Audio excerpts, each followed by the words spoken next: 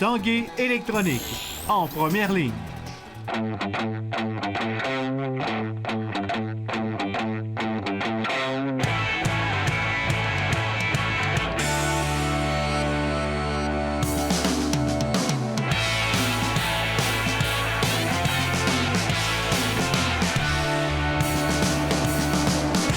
À tous, un bon mercredi. Bienvenue à l'Esprit sportif. On parle d'abord aujourd'hui de karaté.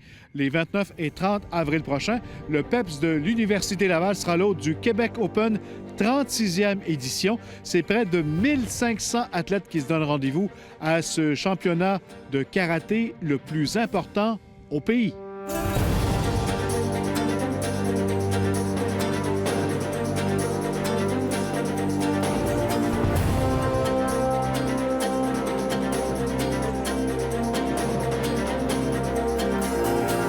Déjà la 36e édition du Québec Open, là, on peut dire que c'est populaire et toujours très populaire que le karaté.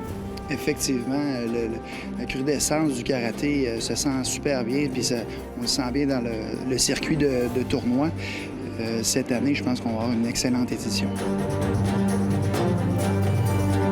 Le vendredi soir, c'est les combats continus, les katas extrêmes, les katas musicaux, les combats par équipe, les super fights. Ça, c'est le vendredi soir. Donc, le vendredi soir est quasiment plus chargé que le samedi. Le samedi, bien, c'est les divisions normales, kata armée traditionnelle, les katas traditionnels et le combat, la division de poids et d'âge.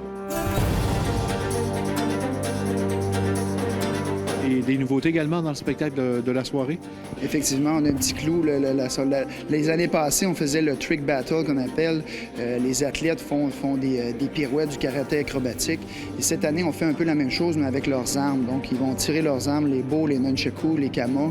C'est incroyable ce qu'ils peuvent faire avec ça. Les gens vont rester bouche bée.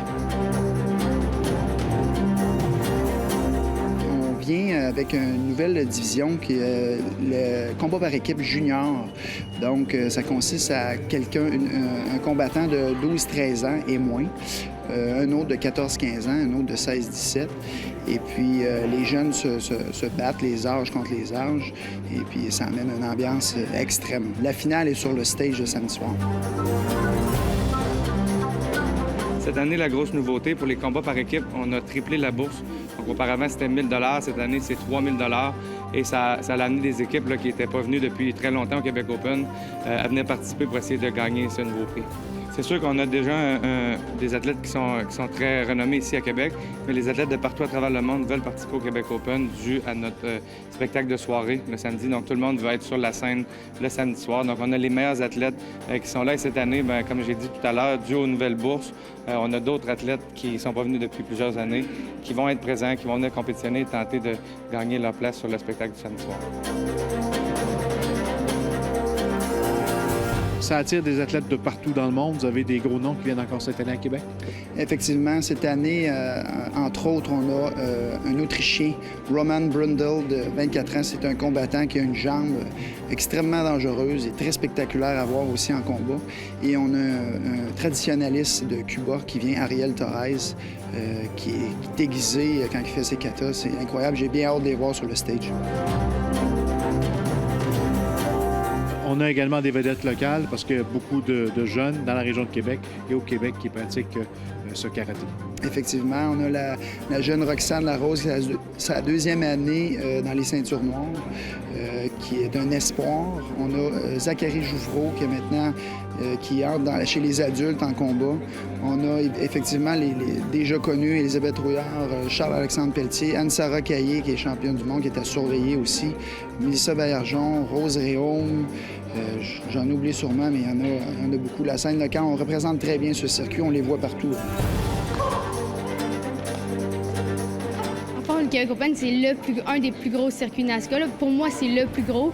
On est environ 3000 compétiteurs dans ce coin-là. Dans ma division, des fois, on est 32. Fait qu'on est vraiment beaucoup comparément aux autres, où est-ce qu'on peut être 16 à 15. Fait que oui, c'est un des plus fun, un des plus gros. Performer ici à Québec, chez vous, ça donne un petit peu plus d'adrénaline, un peu plus de motivation? Bien, en fait, c'est un peu plus facile parce que je suis dans mon environnement à moi, c'est ma place. Fait que je peux faire ma présentation en français au lieu d'en anglais. Puis ben, je suis entourée des personnes d'ici. Fait qu'il y a plus de gens pour m'encourager.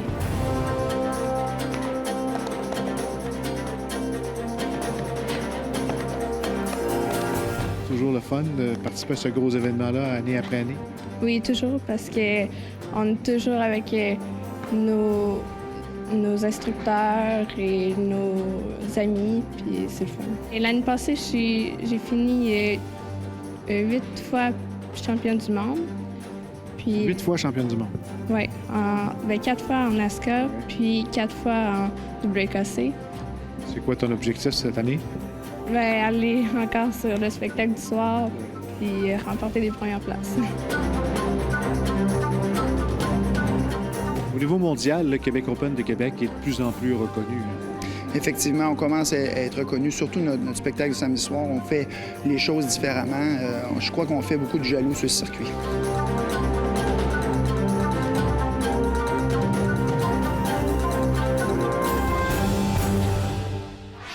Après la pause, il y aura un Québécois sur la ligne de départ de la Transat Québec-Saint-Malo.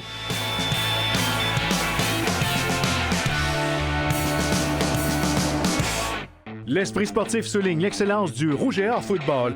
Au fil des saisons, la formation de Québec est devenue une pépinière pour la Ligue canadienne de football. Depuis 1998, c'est près d'une cinquantaine d'étudiants athlètes qui ont été repêchés. On n'a qu'à penser à Mathieu Bertrand, Alexandre Gauthier et Pascal Chéron, qui ont connu de belles carrières. 19 anciens membres du Rouge et Or évoluaient toujours dans la LCF en 2015. Parmi eux, Dominique Picard et Luc Brodeur-Jourdain. Le club Rouge et Or est depuis l'an 2000 l'équipe ayant fourni le plus d'athlètes au circuit professionnel avec 44.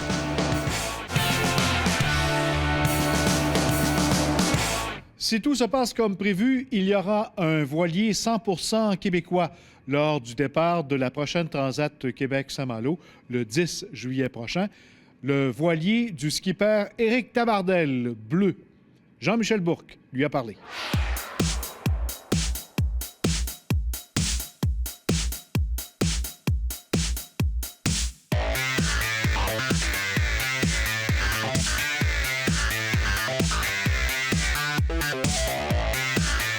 Éric Tabardel, vous aviez participé à la Transat Québec-Saint-Malo en 2012. Et là, vous reprenez ça pour 2016. Qu'est-ce qui vous a donné le goût de revivre cette aventure-là? C'est les encouragements de mon entourage, des équipiers potentiels, des entreprises là, qui m'ont dit, ou en tout cas qui ont signifié un petit peu d'intérêt pour la course. Alors, du coup, là, ça m'a encouragé à me représenter cette année. C'est certain que là, maintenant, on n'est plus en terrain inconnu. Hein? Autant pour mon équipier Alain, qui est prêt à faire la course, que pour moi. On a appris beaucoup de choses.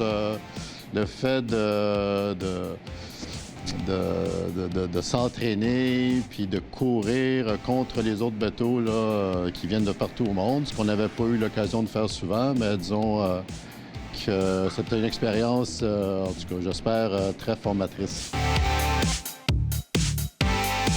Comment ça fonctionne pour les courses? Parce qu'il y a différentes classes.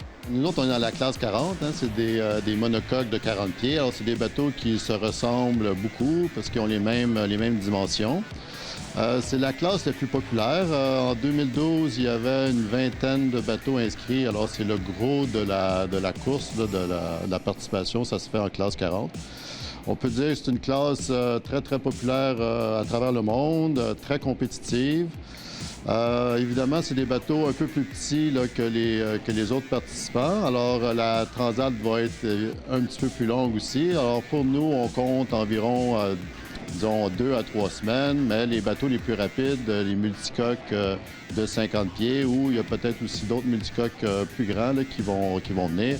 Mais pour eux, là, la course va être à peu près la moitié moins longue. Là.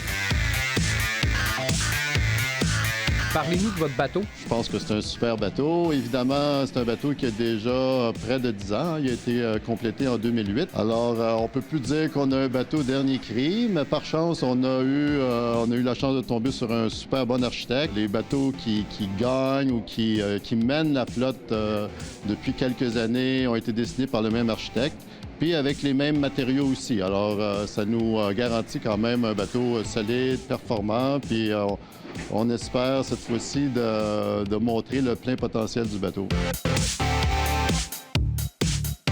J'imagine que ça prend, veut pas, quand même un bon budget pour participer à la Transat? Oui, on est encore en recherche de financement.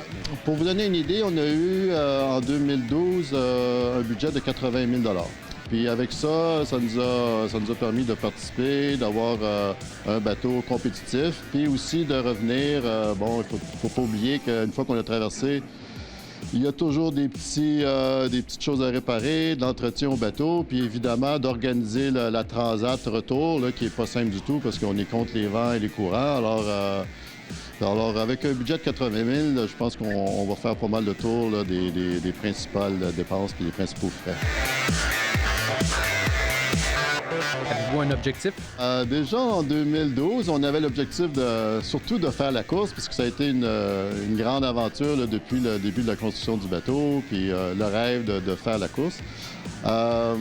Cette fois-ci, disons qu'on aimerait vraiment, comme je l'ai dit un peu plus tôt, là, montrer le vrai potentiel du bateau. On est arrivé 16e sur 20 en 2012. On était quand même le bateau canadien le plus rapide à faire la course en 2012, mais on a aussi le record de la traversée de l'Atlantique par un bateau canadien, un monocoque canadien. Puis cette fois-ci, ben c'est ça. J'aimerais vraiment, en étant mieux préparé, mieux entraîné, en connaissant plus nos faiblesses, qu'on a essayé de travailler là-dessus. On espère vraiment créer des surprises. Mais en même temps, il faut bien voir que les bateaux puis les autres équipages ont continué à s'entraîner. Ils sont vraiment super motivés puis super performants. Alors, c'est vraiment difficile pour nous de dire exactement ce qu'on aimerait avoir comme position. Mais une chose est sûre, c'est qu'on va faire le mieux qu'on peut. Puis je pense qu'on peut, même si on a le bateau le plus vieux, et probablement le seul bateau construit par des amateurs, malgré ça, je pense qu'on peut faire des grandes surprises. Éric Tabardel, bonne chance. Je vous remercie.